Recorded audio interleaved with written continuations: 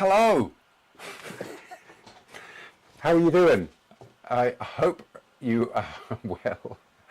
I've been looking at a lot of videos of people who are kind of teaching how to do this kind of live streaming stuff, and one of them always starts his videos. He kind of comes in like that, and he does it much more professionally, and it kind of looks good, but I don't know why.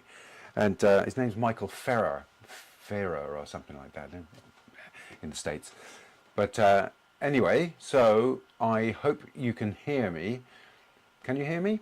It'd be nice to get a chat from you if that's possible. Let me see.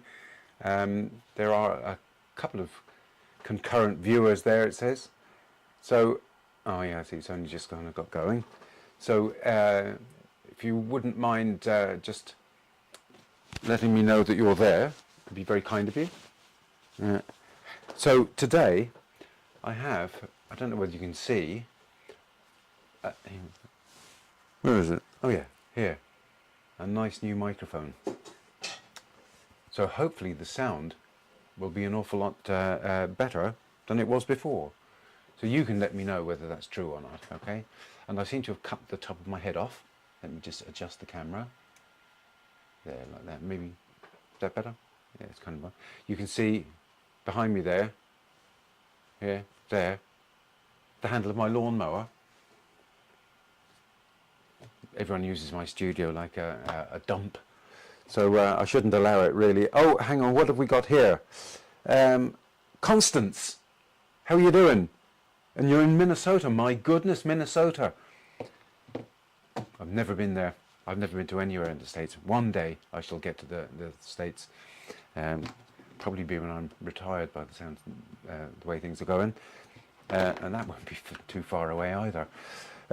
So once again, I can't see the chats on my computer screen, so I'm looking at my phone, okay, to see the chats. But I can see them, which is a big change from the way it was before. So I'd like to ask you, Constance, if you wouldn't mind just letting me know, is the sound good? And the visuals seem to be okay. I can see what's going on. Sound is the very important thing with this snazzy new Rode microphone. Let me see. Oh, good. And Emmanuel, how are you doing? You're over there in Geneva. Yeah, great, wonderful. Isn't technology wonderful? It's like magic. Continually impressed by this stuff until it sort of fails me, and then I start screaming at the computer. I, Constance, am in Dublin, Ireland, almost on the edge of the world. Just go sort of about 200 miles that way, and you fall off a cliff into the Atlantic. Next stop is New York. So yes, the edge of the old world. Yes, and you're good, Emmanuel. Okay, so yeah, so we'll wait for a couple more people to come in. I'll just keep an eye out. Usually we get Miles and Ivor and Martin come in from. I think Martin's in the UK. Ivor's just down the road here from me in a place called Harold's Cross in Dublin. Miles might be in southwest England. Yeah. So yeah, so you can see my studio. Not much has changed here, apart from my lawnmower being here. It is a bit of a mess. All week I've been painting flowers and using broken colour. I'm continuing the theme of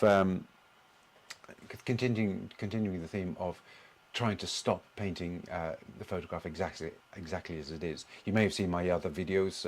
My channel's Kevin McSherryStudio, and you can see it's a kind of a constant theme of mine is trying to get away from the drawing power. You know, the kind of the what do you call it? The gravity of a photograph that makes you try to paint the thing exactly, and it's not a good experience if you can do it, you know, because if you can do it, then you get a copy of a photograph, okay, and if you can't do it, it's just frustrating. So the best thing to do is to just try and get away from it as much as you can. Okay, so let's have a look. Oh yes, broken colour. Yeah, yeah. So I mean, broken colour for me, and other people might have different definitions of it. But for me, it's painters like, for example, Monet and well, Seurat would be a good one. You know, with his pointillism, I mean, that's definitely broken colour. And Monet's more subtle about it, I think, and Seurat was more mathematical about it. But it's still kind of the same thing. And the results they got, all in the days when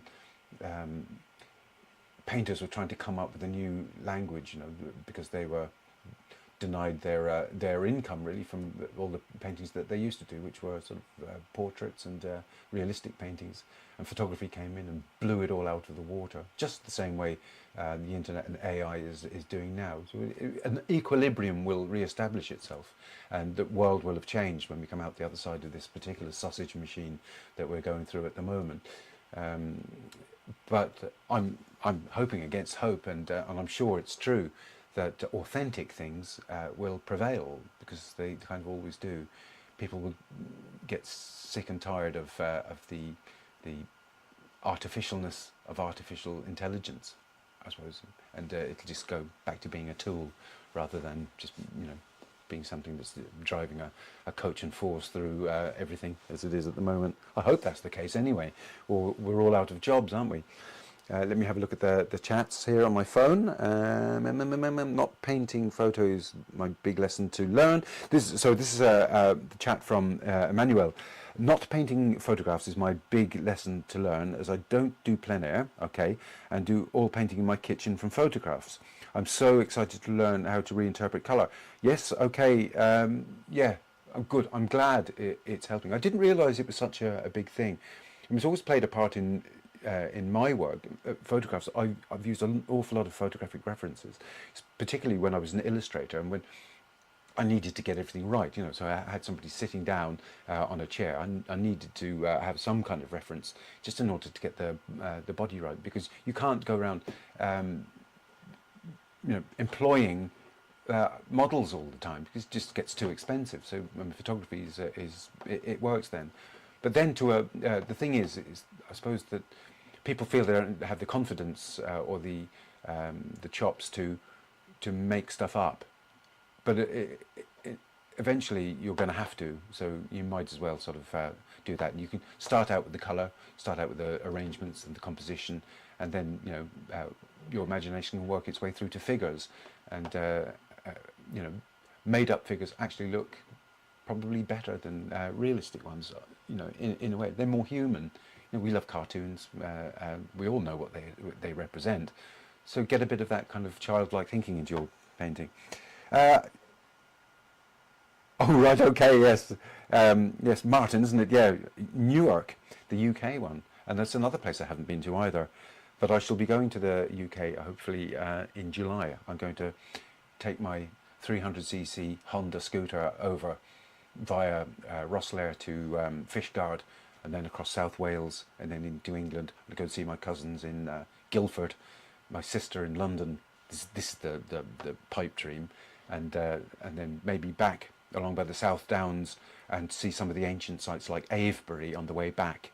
I'm absolutely fascinated, and I think I went to Avebury on a school trip when I was about maybe 11 or 12, but I don't remember it very well. And I did see the Long Barrows, these ancient 5,000-year-old passage graves.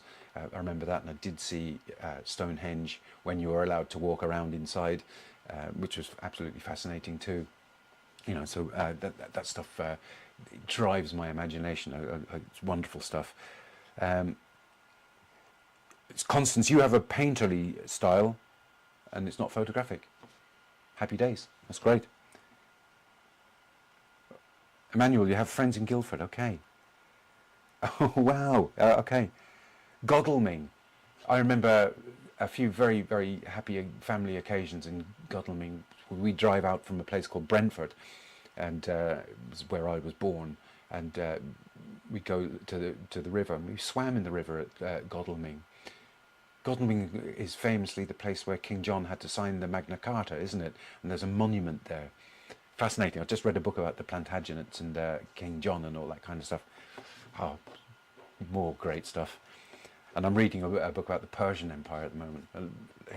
Love history, although I can never retain any of the information. Okay, so yes, yeah, I can't wait to go. When the summer starts, I don't want to be driving that scooter around on a long distance in the absolute, cascades of rain. And it's cold. It's been cold all the time. Up to, I don't know what it's like where you are in Switzerland or the United States, but it's been a very cold spring and early summer here. Right, so may as well get on before I start sort of just letting my brain run loose and not do any work. So what I'm going to paint, I'm doing a kind of a Gordon Ramsay here. Yeah, it's where I've got this machine in front of me with buttons on it. Hang on, let's have a look. Right, okay. So you can see, yes, they're the flowers. That's a photograph which I got off one of the kind photographers at Pixabay. Okay, and that's my test card. I had to make my own test card that they used to show on the television in the old days. Don't see it anymore. So this here is a linen canvas board. Okay, so it's just a normal canvas board except linen. So it's already kind of grey. So I don't need to do a wash really. Okay, so I'm not going to do one. Constance, you say broken colour is more painterly. Yes, it is. It is a painterly technique. So here are my colours, and I'm letting letting it all hang out here today. So what have I got? I've got titanium white, cadmium yellow light hue, cadmium yellow deep hue, a yellow ochre, permanent rose, and cadmium red. I might in fact not have permanent rose on here this time. I've got a permanent light green and a dioxazine purple and Griffin alkyd, a burnt sienna. All Griffin alkyds, apart from that one, that's Winton. Same range, but that doesn't have the alkyd in it. But that's fine, there's enough alkyd in the rest of the paints to make that dry at the same rate. Okay, so, and do ask questions. I can see the phone in front of me. So I'm going to put my white out here. I think I'll put in the yellow ochre next. And I want to put out a reasonable amount of colour, so plenty to work with, because that's the way oil paints are best, is when there's plenty of paint on the canvas. Don't. I think it's a false economy just to sort of get a little bit of paint on your palette and then try and eke it out over the canvas, because oil paints work best when there's a decent plenty of paint on the canvas. Got to make sure I don't lose my reference there. Right, I'm going to put a red down here.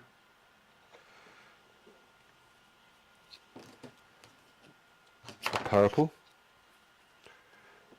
I'm going to make sure I don't go off camera where I put the paints. I'm going to put a green in here.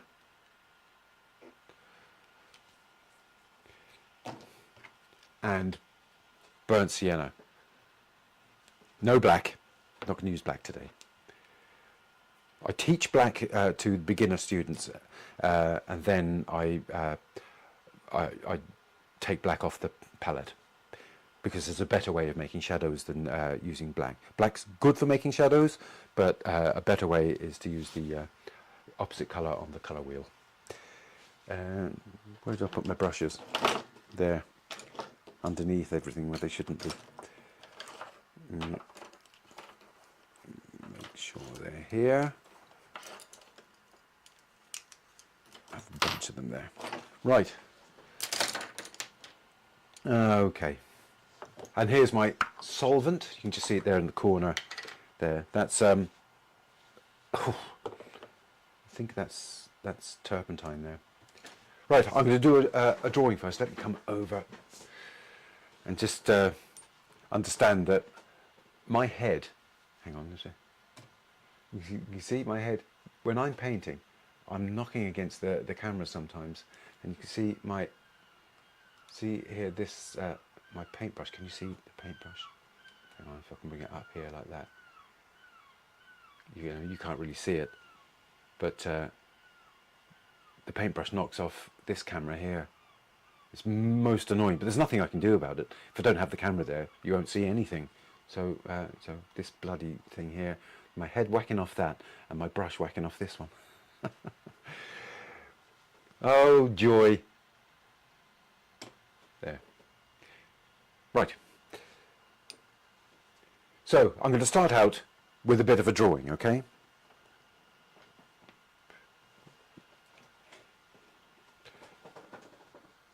So I'm going to make up a bit of burnt umber, a little bit of... Oh, do you know what? You never told me, did you? I didn't put my blue on. I need the blue. Of course I do. I'm going to put on...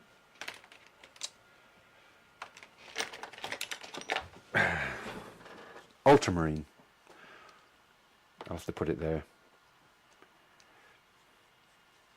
Silly me, how could I forget the blue? You probably can't see the difference between those two. That's dioxazine purple and that's ultramarine blue. Right, I'm going to put a bit of blue into that.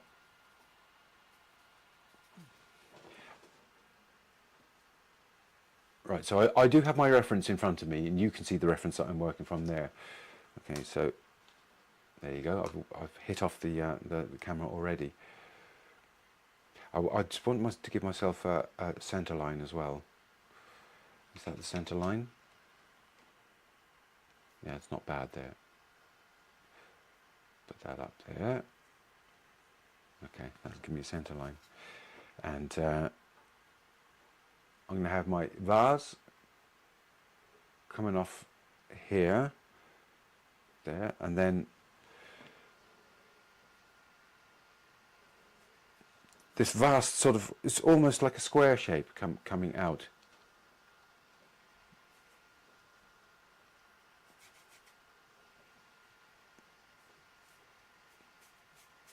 Rectangle. I think I might move that down. I don't want to sort of have too much background coming up there, so I'll wipe that back. The joy of oils. Malleable and plastic for a long time, so you can make changes. Yeah, and then bring that down. Give me a guideline there. There.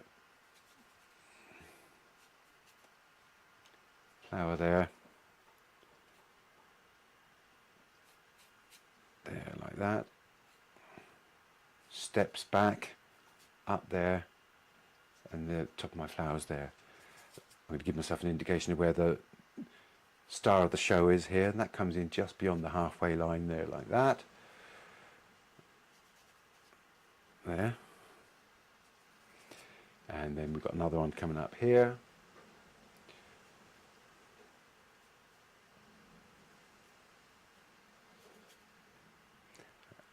Yellow flowers there, coming out there like that. Red one here. And there's cornflowers there. These yellow ones are cornflowers there like that. Another bright yellow one there. Okay. That's giving me an indication of what I want to do on the top. And down here, there's...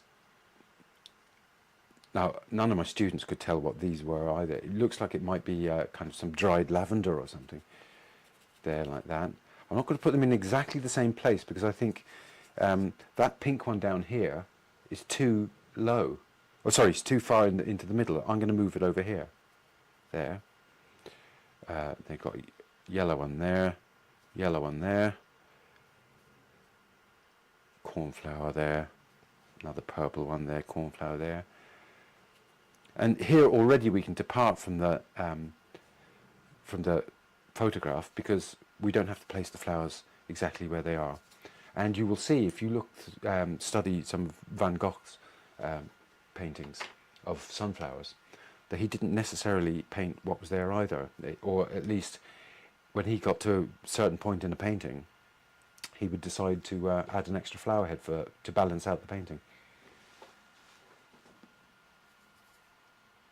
I think if you go onto Wikipedia, you can probably see the one that I'm referring to, where the flower head was painted on afterwards. An extra flower head, I should say. There's there. Okay, that'll do. Right. I think I've got enough to go on there. So I'm going to start out with the bright yellows first, because the brush is clean.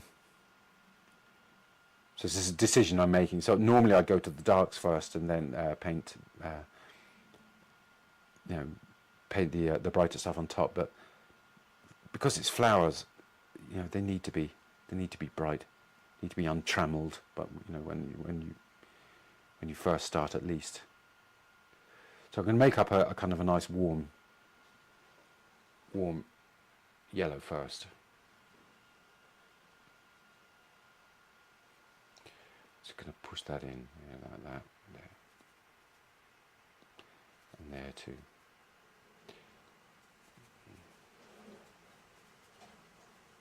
And wherever I see those yellows there.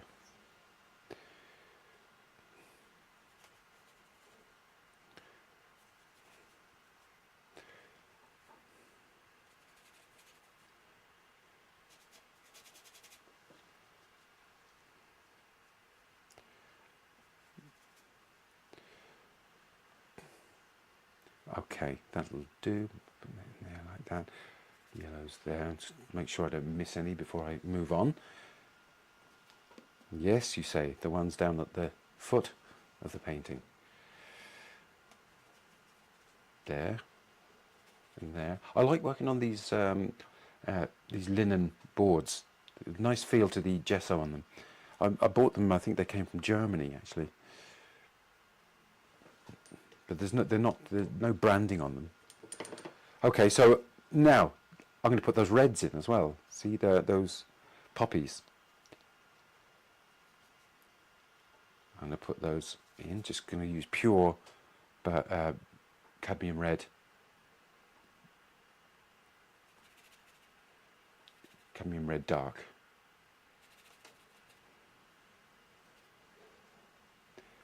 There.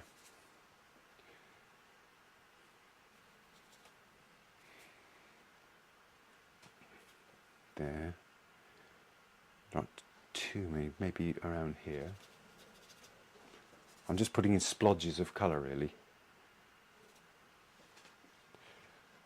Okay, how about some of the cornflowers, cornflower blue. So I chose ultramarine for this one. Normally I'd use cobalt blue and add red into it, but I just thought I'd get a nicer cornflower blue from the ultramarine and white. Hey Miles, how you doing? Good to see you. You're looking well. Sorry, I can't resist saying the same bloody thing every time I'm such a dad. My children complain about my dad jokes just the same.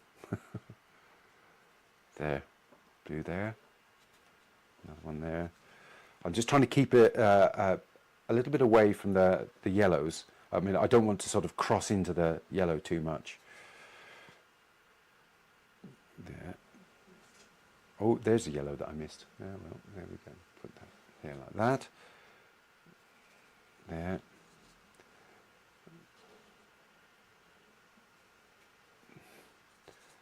There.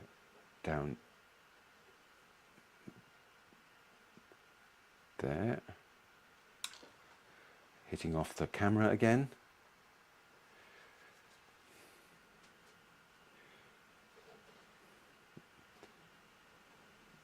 Okay. Right. Okay, and then down on the cloth.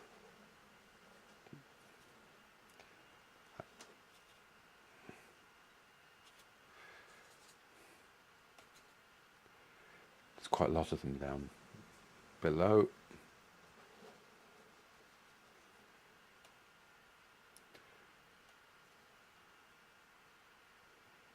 That's a purple one there. That'll do there like that. One there. And for, yeah, that'll do. That's nice. Now I forgot one of those yellows, didn't I? I forgot one of those yellows. And that was up here.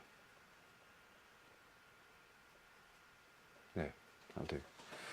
Next thing is I'm going to put in some of those darks, the greens.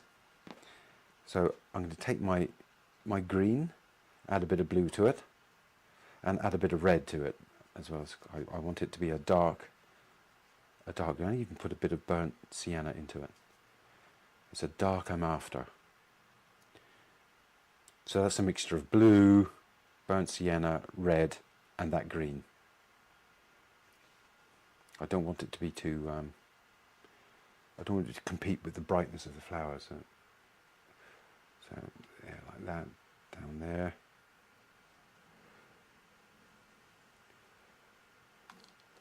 There, whacking off the camera again. Shouldn't really say that, it sounds obscene, doesn't it? But be careful. There. There. I'm not going to do the thing that I always show my students just yet. Dark there, along there, down in there, down in there, and there's a few darks in here.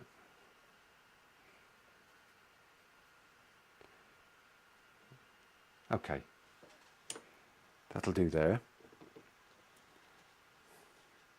Now I do want to put in a little indication of the shadow here.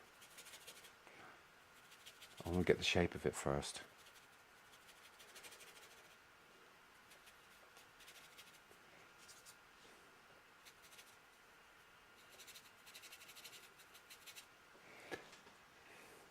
Yeah, of course I forgot that one as well, didn't I? And that one. I keep seeing them all over the place now. Oh no, I've got that one in. That's there's one there. Right. There's a lighter green now. I'm going to add some yellow and some of that green back into the green that I made, the darker green. Add a little bit more red and a bit of white because it's kind of a greyish green. Put that in there like that. In there. There.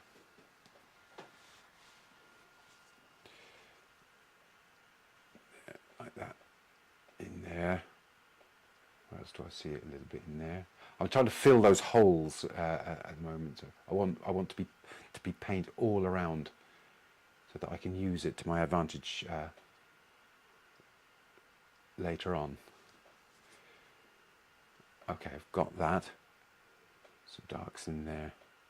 Oh, there's a kind of that purple, that what we think is some kind of heather or lavender, dried lavender or something. So that is a kind of a purple. So I'm going to grab some of that dioxazine purple, add some white, and add a little bit of yellow because it's not a very pure colour. And there. I thought that's my horizon line, isn't it? So I mustn't forget that. There. And it's down here too.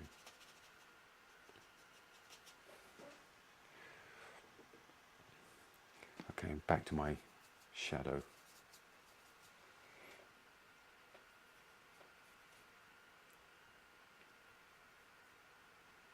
Okay, and there's a bit of shadow coming down there as well. Okay, right. Now, what colour do I want that background to be? And I think a nice pink rather than the green that's there. Okay, so that's immediately a departure from the original. Every painting needs to have a concept. I read this in a book once. It was a book by a student of David Leffel. He's a very good portrait painter in New York, and I thought the book was done by Leffel himself, but it wasn't. It was one of the students, and she had written in this thing about every painting should have a concept, but it wasn't explained. See, this is the thing. I think if Leffel had actually written it himself, he would have explained what he meant.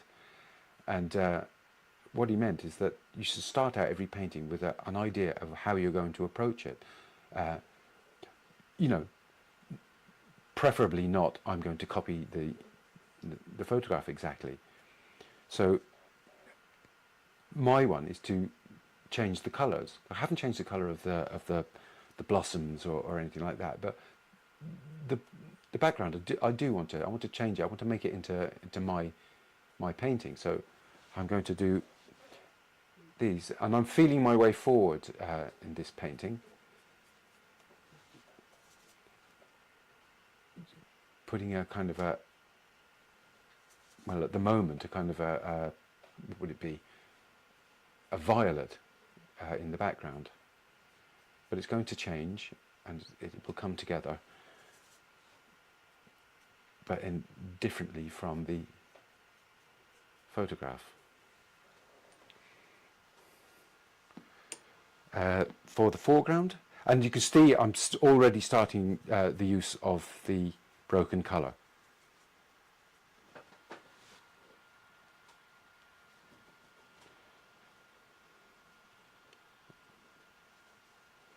Making up a kind of a very light violet, and I'm going to put that down a bit lighter than that, I think, around here.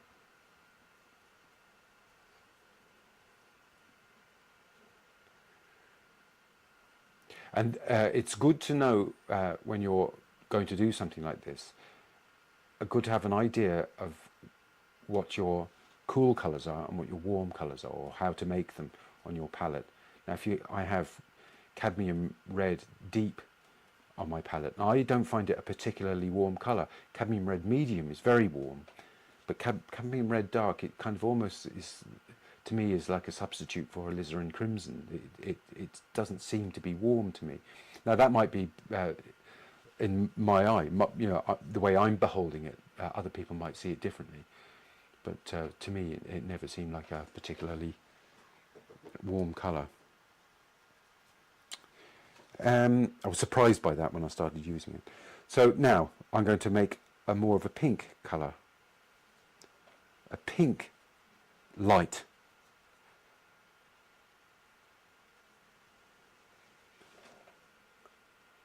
And I'm going to add that in the spaces, the interstitial spaces, you know, between the strokes. And I'm still going to allow some of the colour of the canvas to come through. Just for the moment, until I decide whether it's useful or not.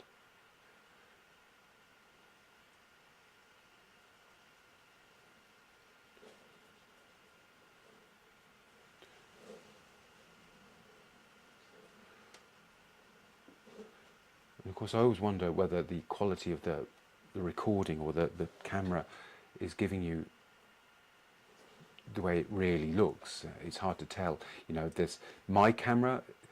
What are the variables in this? There's my camera, my computer processing what my camera is showing you. Then it's going through the internet, being sort of disassembled and reassembled in your computer. So is your monitor sort of good? You know, so that's where it's all happening. So it's always good to see the scanned version, which I can put up on an edited video subsequently, I think. Do you find, I don't know, that do you watch the edited videos, and are they any better? Okay, so I've got a lot of colour around there, that's fine. I can go into, put a bit of pink. This is a cold pink at the moment, so I'm going to put that in there as well.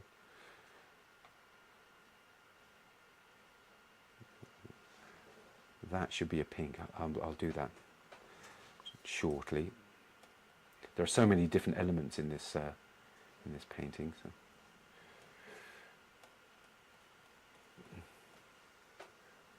Okay, so I'm going to do the shadow now. I'm going to mix some colours into the shadow, and there'll be cool ones. Okay, so I'm going to mix up a blue with a touch of white into it.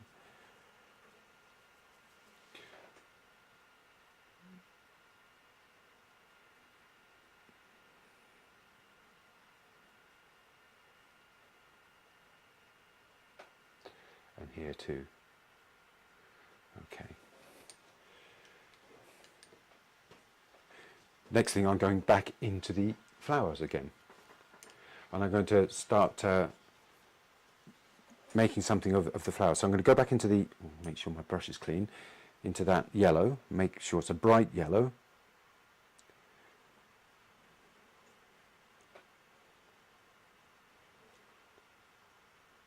Okay, but still warm. There. So I'm not painting petals, I'm painting across the petals. You know, how would you say, athwart the direction of the petals.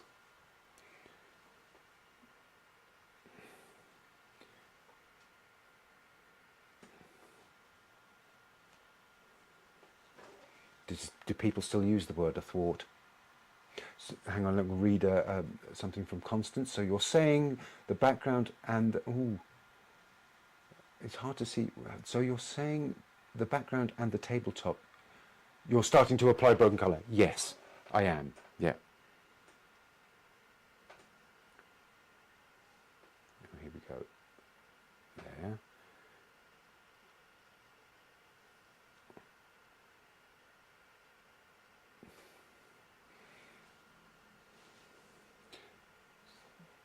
Yellow there. Bit bright yellow there. Definitely more bright yellow there. And I need to actually put a warmer colour here. That's going to come down a bit. Put a bit of red into that actually.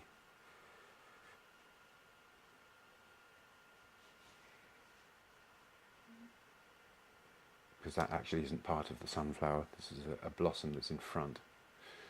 Okay. Where else? Here.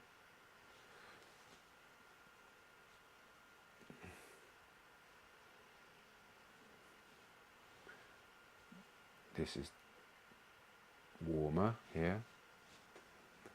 Okay, and there's a blossom actually missing here. That's fine, I can put that in there. And that actually does give it a bit of balance. Okay, so I'm going to change my brush.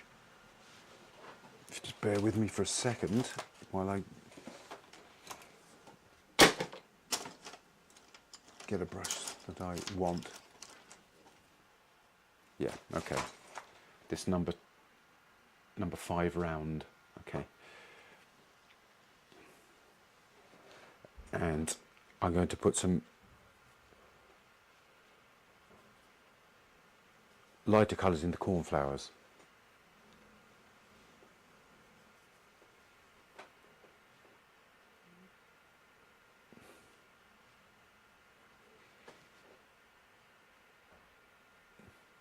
And I'm just putting down strokes. I'm not sort of fiddling with the strokes afterwards. As kind of putting dabs down where I think where the light is catching.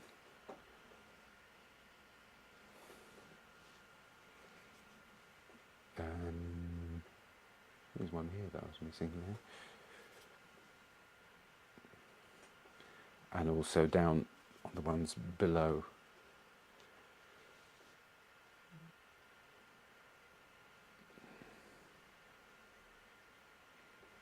Okay.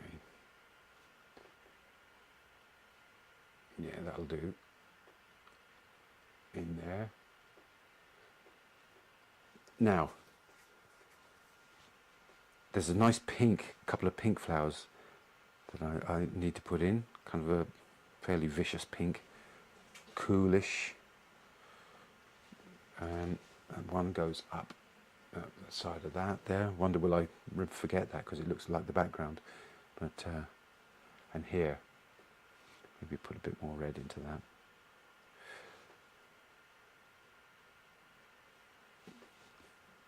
Okay, that'll do.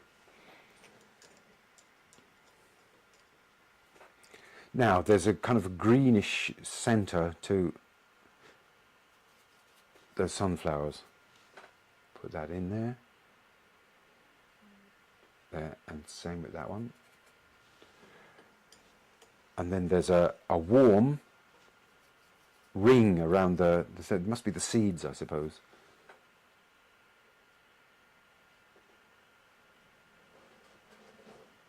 There. And the same with this one.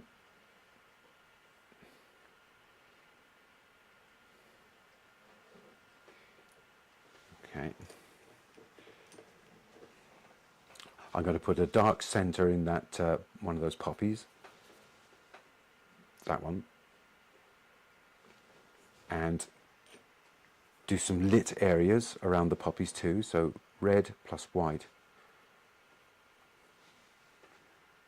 Plus a bit of yellow actually. Okay. So where the light is hitting the inside of the poppies there.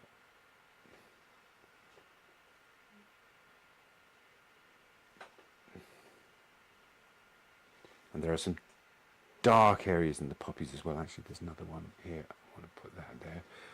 Dark, so I'm going to add a bit of blue into the red. So red, cadmium red dark and ultramarine. Dark in there. Dark underneath that part.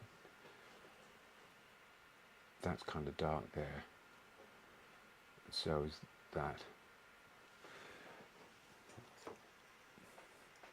Okay. Now, petals on the sunflowers. So let's get some. I'll start out here. This is the way I do petals. Okay, so I cut in with whatever colour is next to that part. Like that. And I need a darker part on the left hand side. Are you planning to delineate this? Miles, am I planning to delineate this? Possibly, not sure.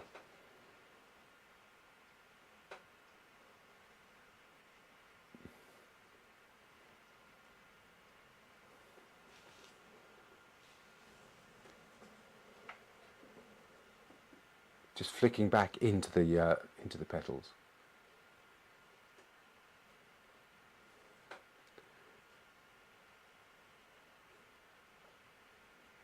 Also shaping that too.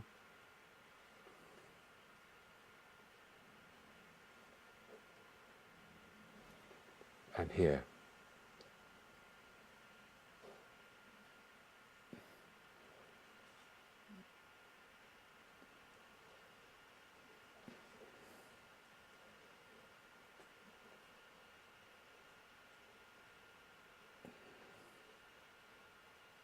Coming into the,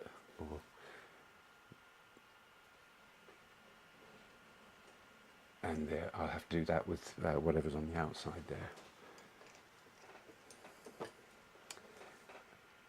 And then there's a bright yellow from the sunflowers coming into that part there. That's brighter there.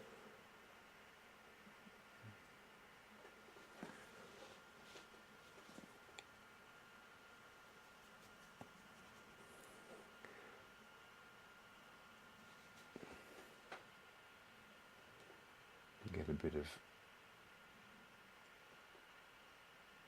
warmth and dark and a bit of blue to that part there. That's a colder colour there.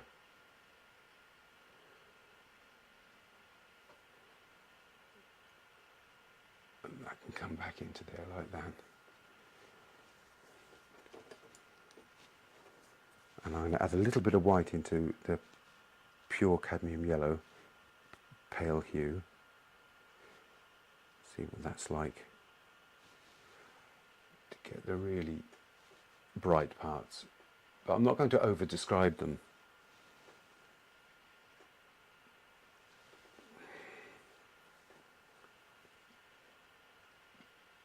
I think they lose power when they're overwrought. Yeah, whacked off the camera again. How do I work in these lousy conditions? And put in some descriptions of bits of flowers along there as they turn towards the light.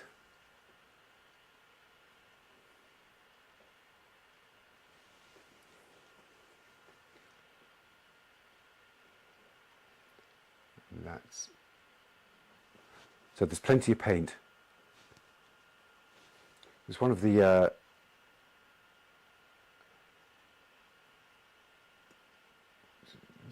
joys of oils is the texture.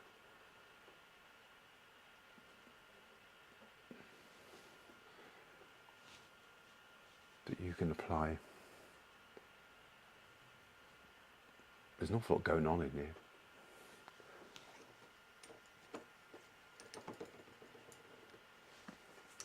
Okay, so more, I need to put in there's a slight sort of light violet-y purple part. Did I put that in? I can't remember now. It was up here, in fact.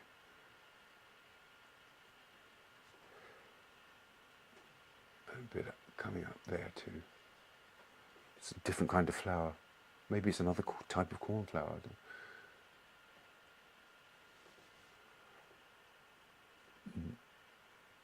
Okay. And down below here,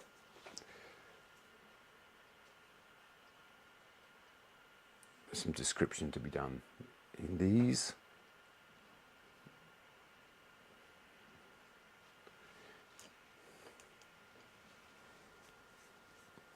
Okay, so I'm going to put some dark pink. I'm bouncing around, of course, like any alla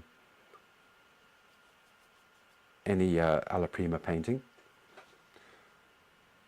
I'm going to put some more description in that shadow.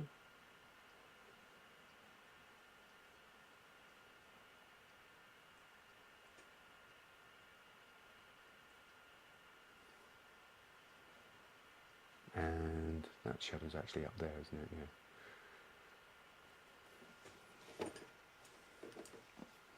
Okay, I'm going to go back to my background. So I'm going to put a warmer light pink in my broken colour part.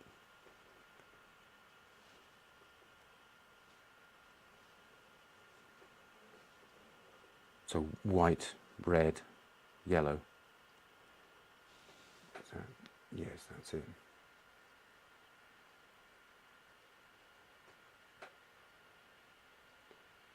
I always think that there's a kind of a decision to be made how you're going to approach a painting anyway. Like, for example,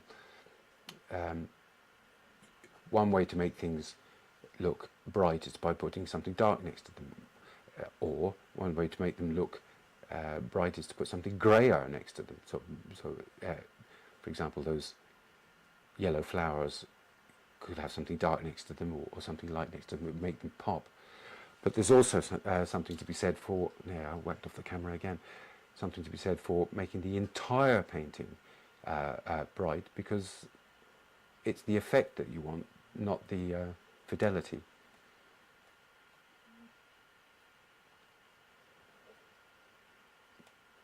If you get me. tell me if I'm not making any sense. But so the entire painting becomes the vase of flowers. Because it's a feeling that you're after rather than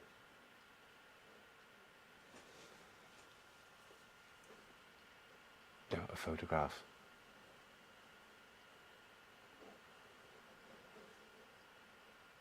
And then come back in and just flick those in to form those petals again.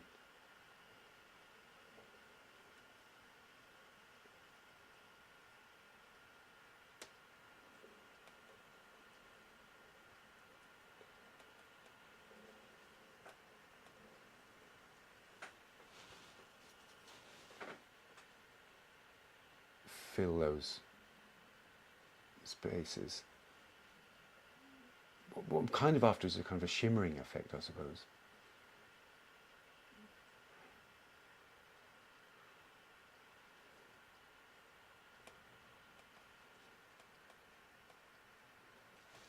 Okay. I'm going to do something with that vase now. This is reflecting all of this around here, so I'm going to put in a kind of a bit of that violet there, and the same here on that side.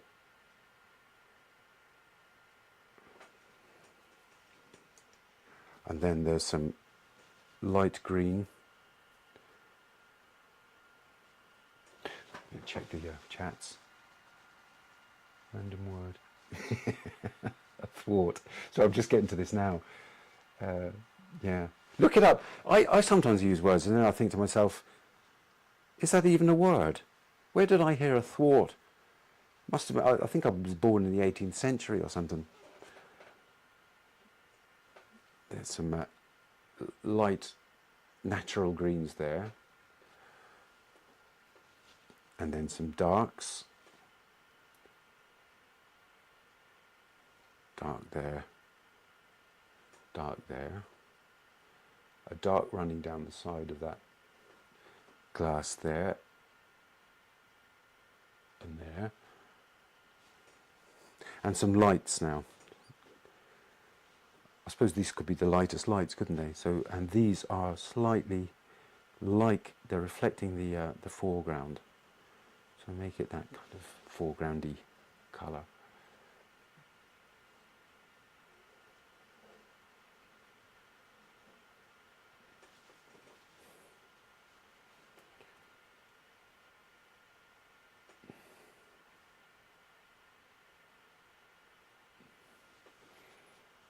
Lights in there. Light there.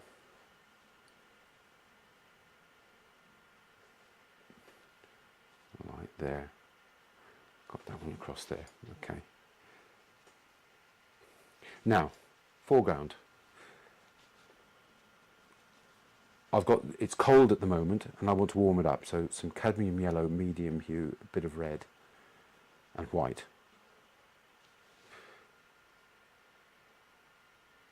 So make it even pinker than that actually.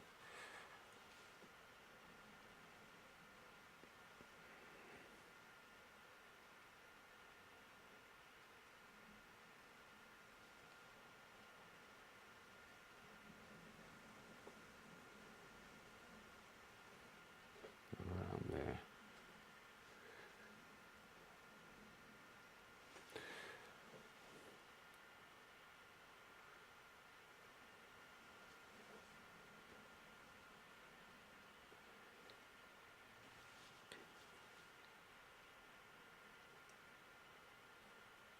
I'm just sort of laying in dabs over, but I'm just putting the dab down, but I'm not disturbing it. I'm afraid if I sort of work the paint onto the surface, it'll just disturb the paint underneath, and then you're risking mud.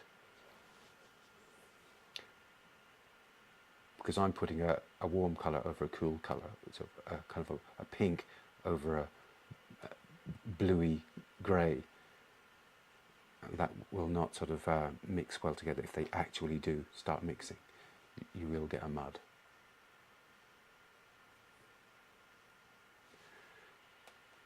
What else? Sorry, I maybe missed other chats as well. Main usage 1810 to 1910 naval terminology. About zero point 0.2 occurrences for every million words. That's amazing. Not so noticeable when you hit the camera. Oh, right, okay. It seems to be the camera that that's over the it's pointed at the palette. So, yeah, it's not affecting the actual painting, I suppose. Right, I want to put some pinks into the shadow as well now. The cold pinks. All the colours I'm putting into the shadow are cold.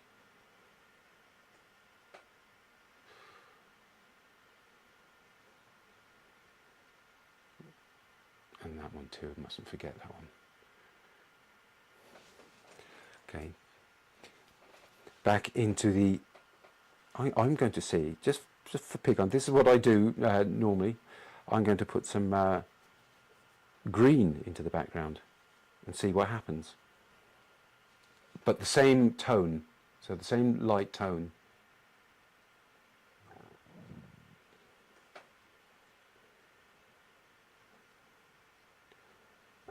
But without sort of overdoing it, I suppose.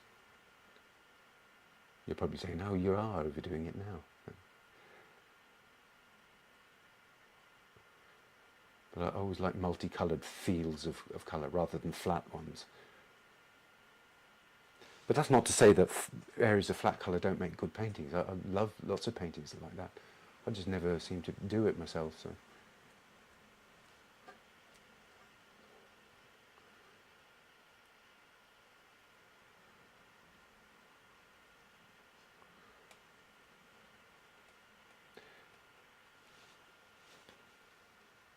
I'm even going to put some of it down here. I often bring sort of parts of the painting down into different parts of the painting, and it kind of, I don't know, makes it a more kind of coherent composition.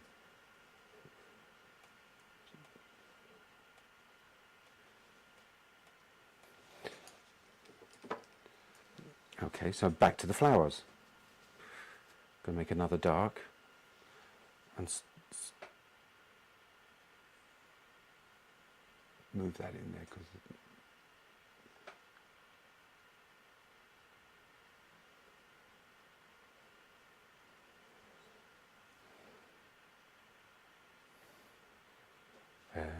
yeah, here too. Fill that in.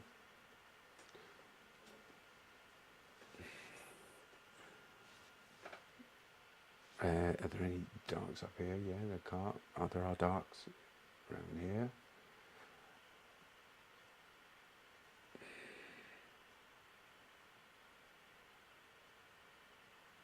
Bit of randomness going on here.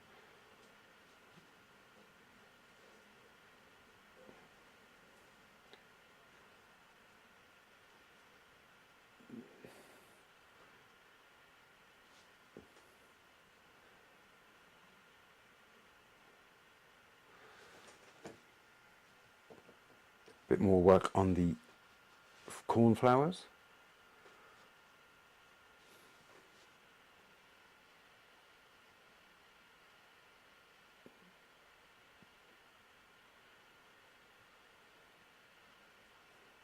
Give them a bit of shadow in places, just a pure, brilliant blue.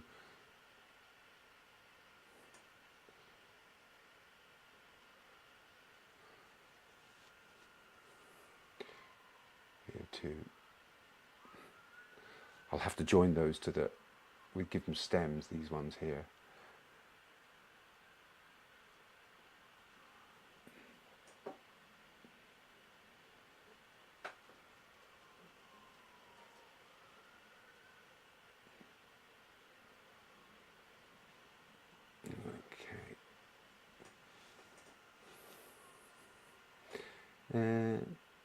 Bit of brilliant blue in that shadow wouldn't be a miss either.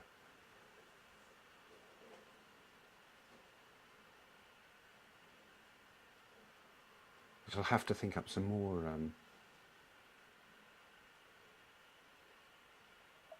old words. There was a painting, a portrait done of Prince Philip several years ago by Stuart Pearson Wright. It's the funniest story. You should look it up. It's an unbelievable painting. And Stuart Pearson Wright. He's still going around. He was fairly young when he painted that. And he got the job of painting Prince Philip, and he was a notoriously difficult man to deal with. But he did several sessions. Now, he painted from life, and he came up with this composition of basically Prince Philip naked from the waist up.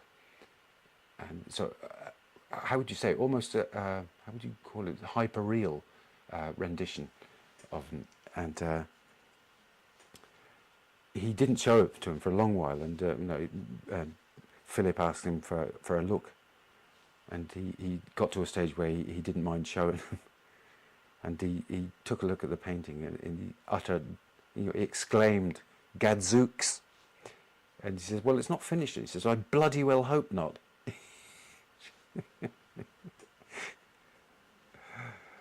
That was a reaction to his painting. Because it was Prince Philip naked from the waist up, but on his shoulder is a blue bottle, because that represents decay. And he's holding up one finger, and out of his finger is growing kind of like three little sort of sprigs, and that represents his children. But you see this purulent white flesh on his chest, the kind of grey-haired chest. It's very funny.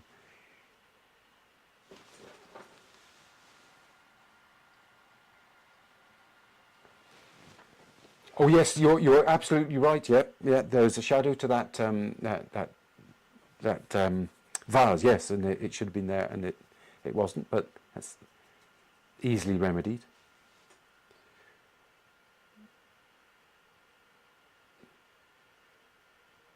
Right, this is the fourth time I painted this during the week. I painted it 3 times for my class. And now here, and I forgot to put in the shadow. There you go. Well observed.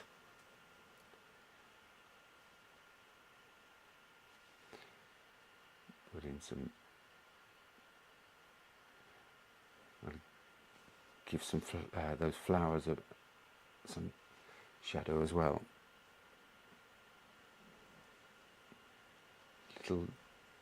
Little dabs around them.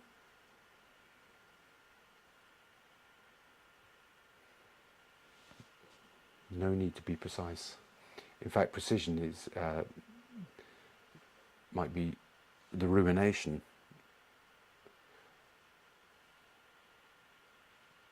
of the painting,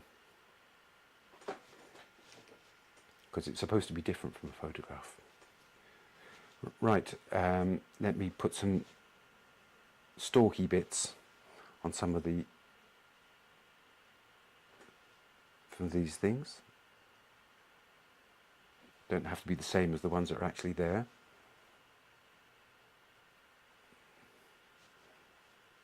And there's some leaves poking out there.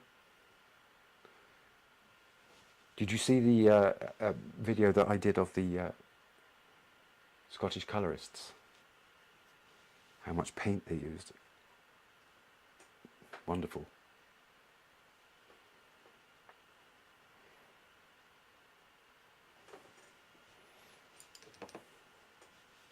Now,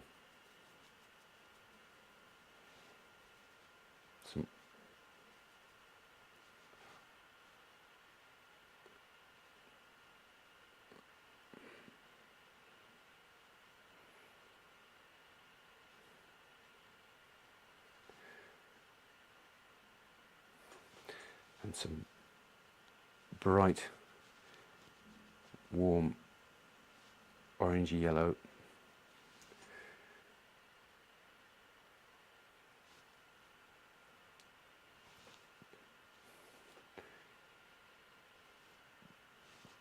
Dabs. At the moment I'm leaning far over to my left, looking at this painting sort of from a kind of an unusual leaning position.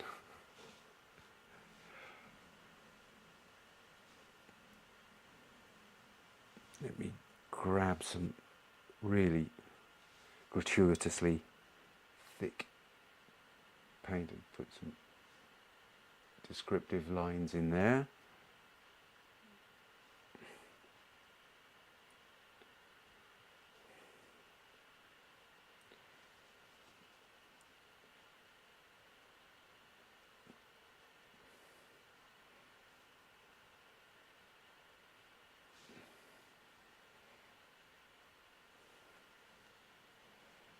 Okay.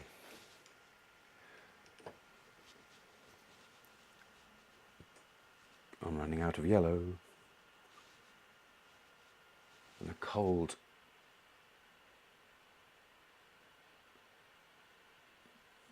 yellow there. I don't know what that stuff is. It's some different kind of plant that I don't know.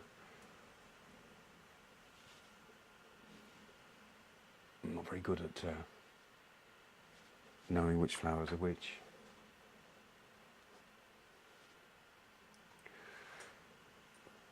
I might put a dark yellow on there for balance, as if there's one behind there. Yeah. And back to the background. Lighter again.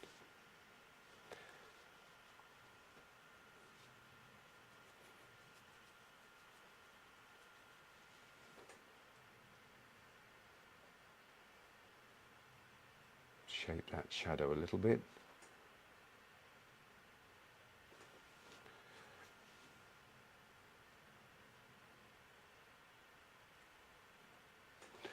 What else is coming up? Prince Philip had a great sense of humour. He was misunderstood, yeah. You could be right there. I still wouldn't have crossed swords with him, though.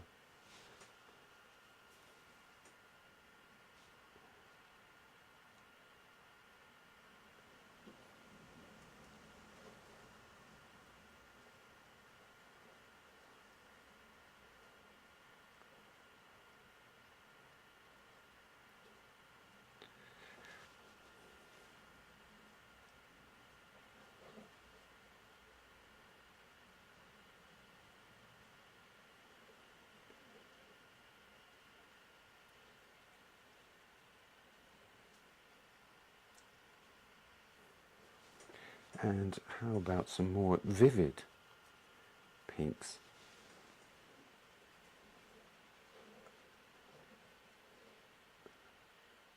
And you can mix it optically yourself.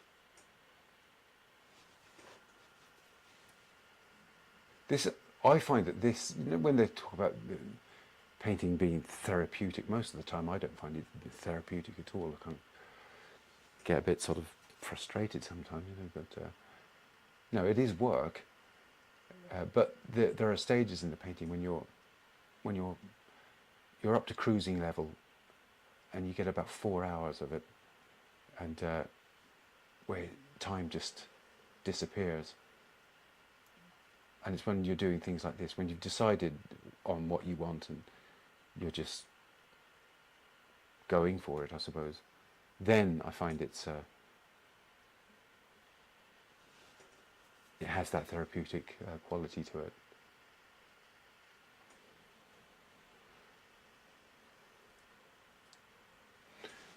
Okay.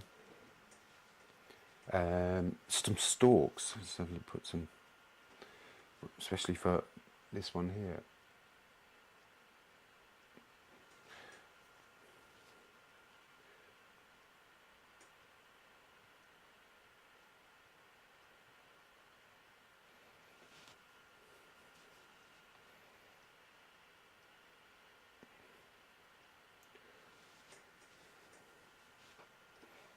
And up above here.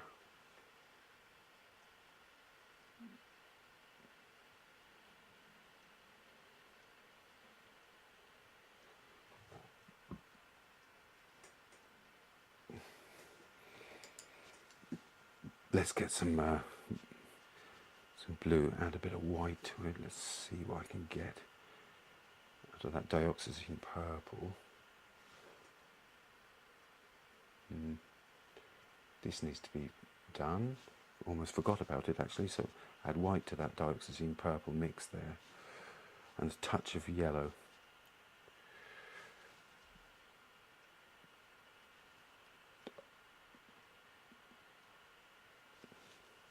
This is where it would sort of be easier to be painting a much bigger painting, but let's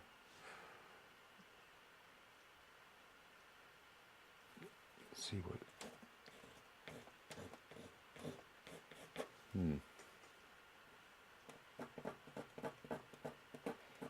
A bit of sgraffito might sort of achieve what I want. Actually, that wasn't. That's actually far more bright than I expected, that one. White dioxazine purple again.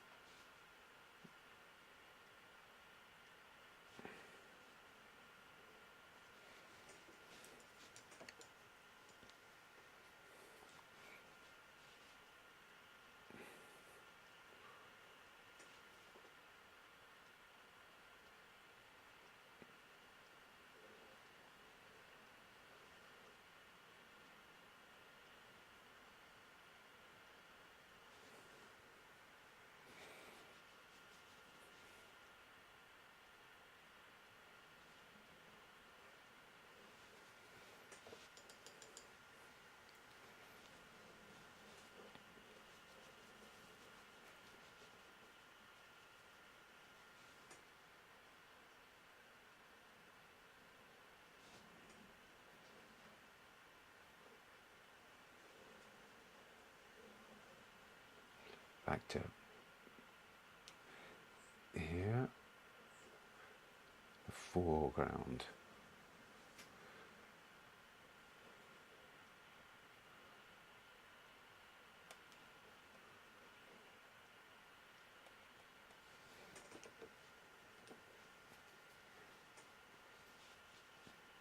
I need more yellow.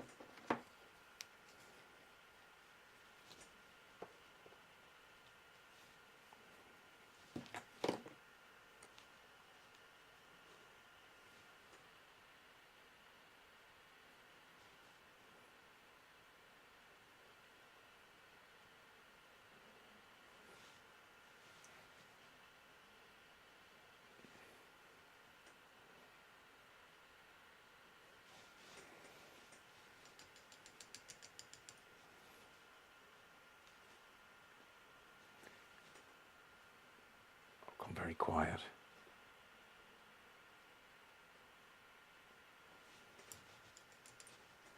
Now I'm going to attempt to do some of those darks.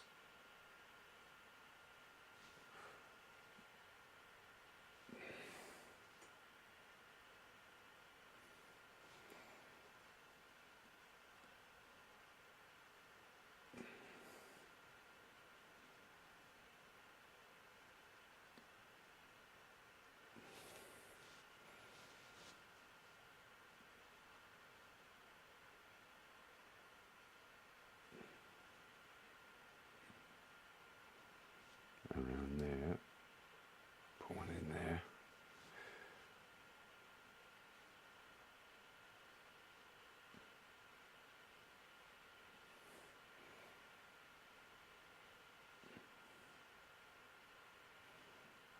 And once you title your painting, you know, flowers on an embroidered cloth, I think that helps.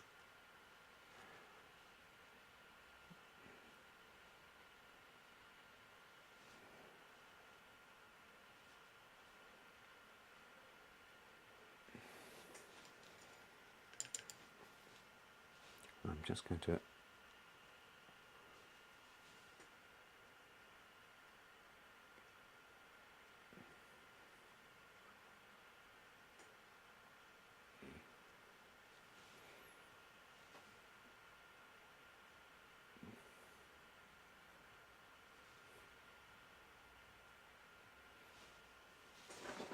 So you've got the chat to say? Oh yeah, okay.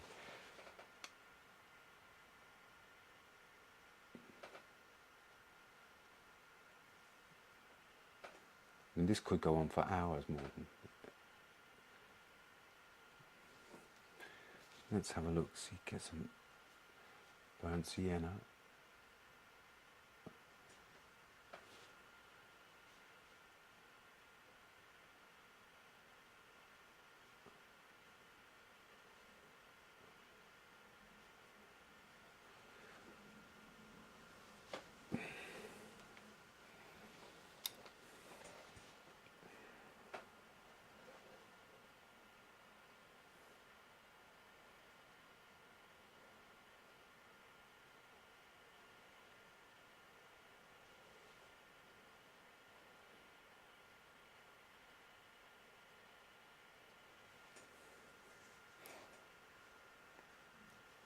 Let me...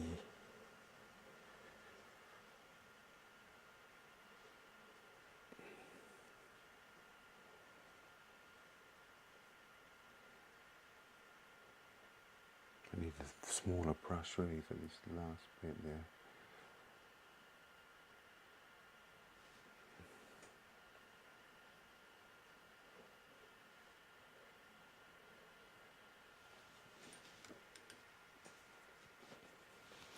I liked putting that green in, I have to say, around that cool minty green.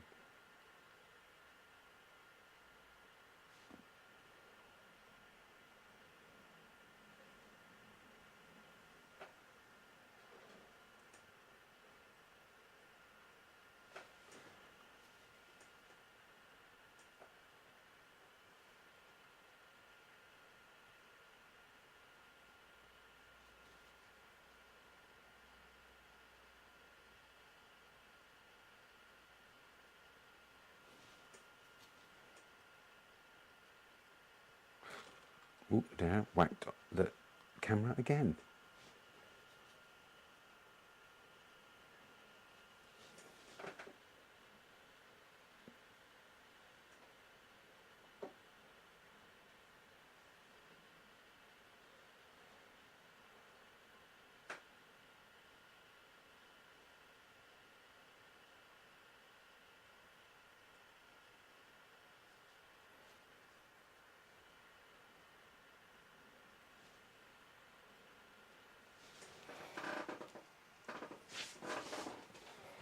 And let's get a dark orange.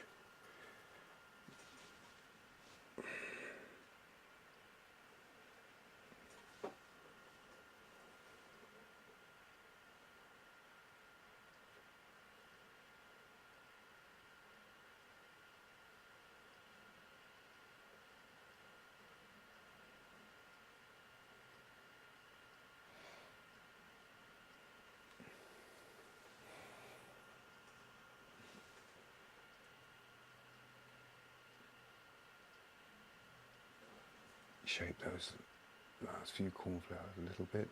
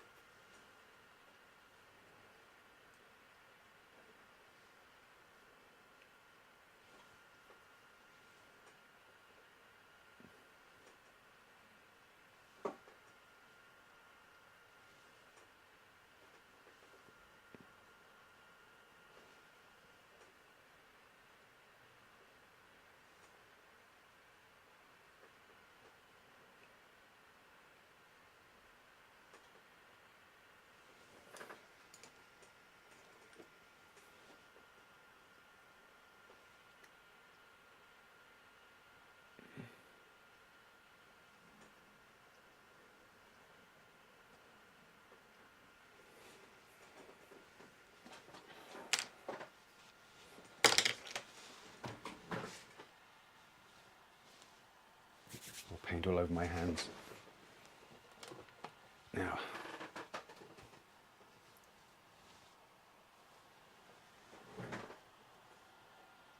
can I do this without blurring? I can't see. Maybe it'd be easier to go onto the palette. Let's have a look. Palette.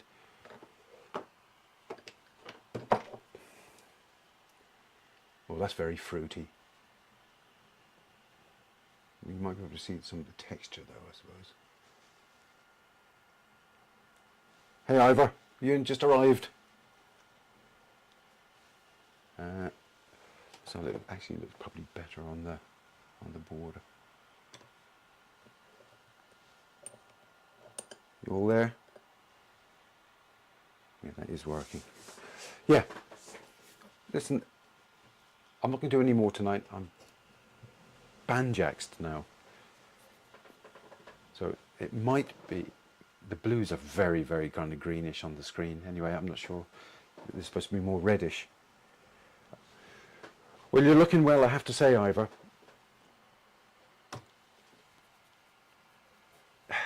Look at it, all my hair's gone. I fell off in bed yesterday.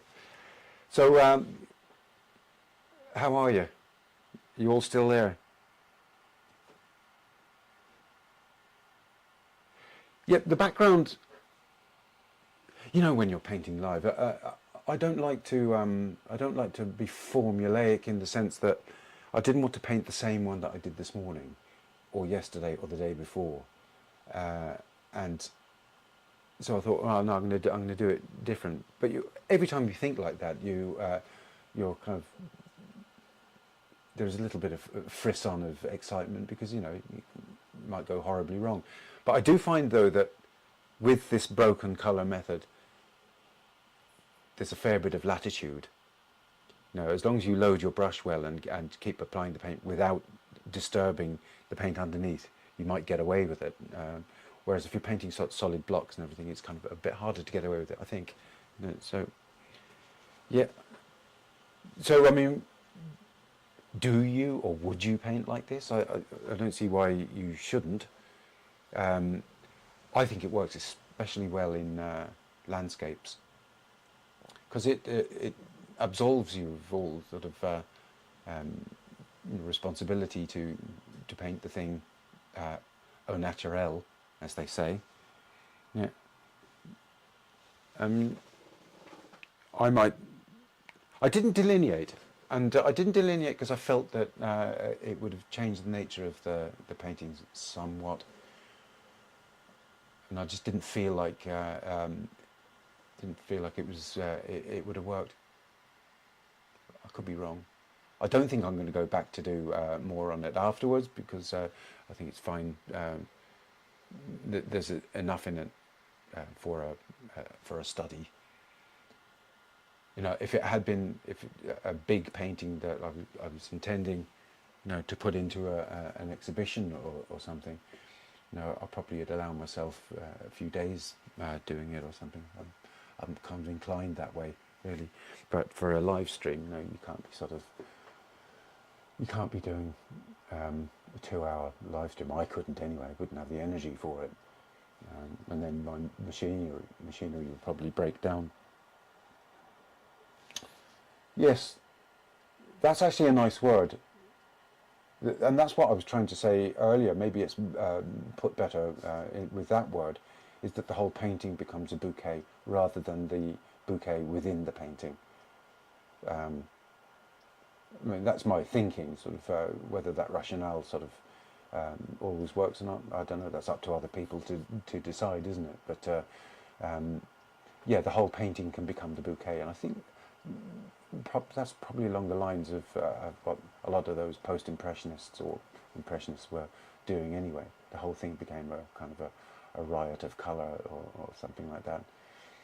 Yeah, and somebody put in the YouTube comments the other day, you know, about the tendency is towards abstraction, and I suppose it is a step towards abstraction to do this kind of thing, and that's not a bad thing, because if you don't and you just keep trying to slavishly copy photographs, you're in an artistic cul-de-sac, perhaps, so which is very difficult to, well, you've got to back out of it rather than, um, you know, rather than turn around, or whatever happens, you've got to get back out of it.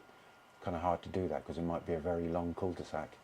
You achieve one painting, so you decide to do another one, and so on and so on and so on, and you don't break away from them. Each photograph captures you instead of you capturing it and just using it as a reference. You use it as more than a reference. It's kind of like an anchor, really. Yeah. So it kind of almost doesn't matter what you do as long as you try and depart from the photograph. Delineation may have made it too complex, Miles. Yeah, perhaps that is. Yeah. I don't know. Somehow I thought that it wasn't going to suit it. I was thinking of those fluffy flower heads kind of at the back, and I thought, I don't know, do they need delineation? Because they're supposed to be sort of just fluffy and fluffing out into the background. Yeah. Anyway, it is what it is, and because I'm in this situation, and I'm sort of giving of the way I work to just basically out into the ether and to you lot. I'm explaining what I'm doing, but there's a real danger when you're doing a painting and then maybe putting it up in an exhibition, or when somebody asks you what it is, how you did it, and why you did it, and you start explaining it, and it's different from what they're thinking, and basically you destroy their dreams. So you've got to leave space in your paintings for people to occupy and to think themselves, even if it's the colour or whatever. They might like the colours in it, and they say, oh, why did you use those colours? And they're thinking of something in their childhood, maybe a room that was painted in that colour, and you say no, because I had them on the palette, and I thought pink would work with yellow. You've basically argued against their dreams. Does that make sense? So you're kind of bashing people over the head with your explanations instead of just letting them get on with it. Isn't there a kind of an expression, or perhaps it was even a book written called "The Death of the Artist"? Once the work leaves your studio and is out in the world, you let other people explain it, and they're probably usually wrong. I always wonder about these art experts on the BBC or wherever it is, sort of giving us chapter and verse on what what Caravaggio was thinking or whatever. I don't know what the hell he was thinking. They can't. It's even worse with the Impressionists, because they were thinking something entirely new at that time, and I don't know what they were thinking. They were innovating. That's it. Art is art. Yeah. What do you mean, not so pointillism? Not sure what you mean. I'll have a look, see if you expand on it. But yeah, pointillism, like real pointillism, it's great. But even the pointillists stopped at a certain point. I think it was only about it was a matter of a short, like 4 years or something, that this kind of came up and then disappeared again. They just started painting in a different way, because you can only do so much of that kind of thing.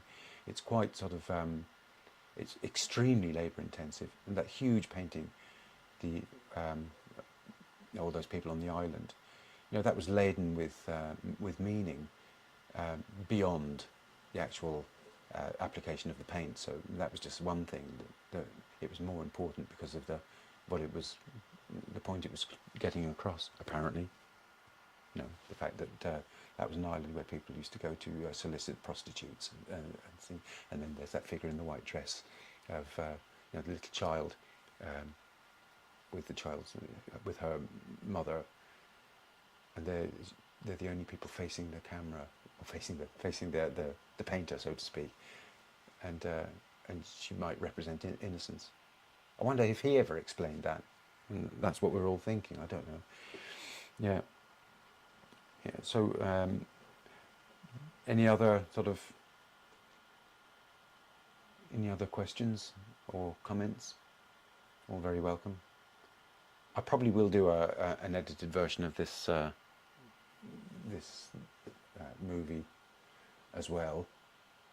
I usually take out all the references to people watching me or whatever, if I can. It's not always possible, because if I just went through the whole thing, it takes forever to edit, and it takes up a lot of processing power on the computer, and just everything takes forever. You know, so. And you end up being a videographer instead of a painter. All right, Emmanuel, listen, enjoy Geneva. You probably go out in Geneva for the weekend. It sounds great. I wish I was there. Yeah, I'll be going out in Kimmage in Dublin this weekend, and it'll probably be raining. Oh, actually, no. Actually, I'm doing a painting day in a little village called Grange Con in Wicklow, which is a tiny, tiny village in kind of like West Wicklow, and right in the middle of the countryside. And 10 of us are going to be painting in the village, having our lunch there, and coffees. It's going to be lovely. And we've the use of a church hall, the local school hall or church hall, I don't know which it is, if it rains. So we'll paint something else then, so I have to bring some references that we can paint from. But the conviviality of it all, and the social aspect, it's great. Relax for a while, bring out the en plein air painting kit. On marking exams. My youngest daughter is doing her what we call a leaving cert here as we speak. She's right in the middle of it. So she just did art history today. I asked her how it went. She seemed to think it was just okay. But that's all she ever says about any of these exams anyway. So we'll find out eventually what exactly happened. Yeah, so that's it, I think. Another week over. What was I going to say to you? But bit by bit, I'm getting more au fait with this software and stuff. So hopefully you'll know in advance. That's what I was going to tell you. You never know in advance what I'm going to do until I put something up on the and I send you all a little post telling you what's on. But I need to actually have a plan in what I'm going to do, just so that I can tell you. I mean, I could have told you at the beginning of the week what I was going to be doing this time, but it kind of it's all very kind of complicated, YouTube, and I don't always get round to doing it. So listen, have a lovely weekend. I'll try and give you a much more advanced notice about what I'm going to be talking about in the future, and maybe even put up a live stream thumbnail, which is a bit more descriptive than the standard one that I'm putting up, because it doesn't tell you anything really, does it? Okay, listen, everyone. I'm tired, and I'm just sort of rambling now. So have a lovely evening and a lovely weekend, and I hope to see you next weekend. All right. So and do by all means get in contact over the electric internet if you want to, and I'll talk to you. All right. Cheerio. Bye all.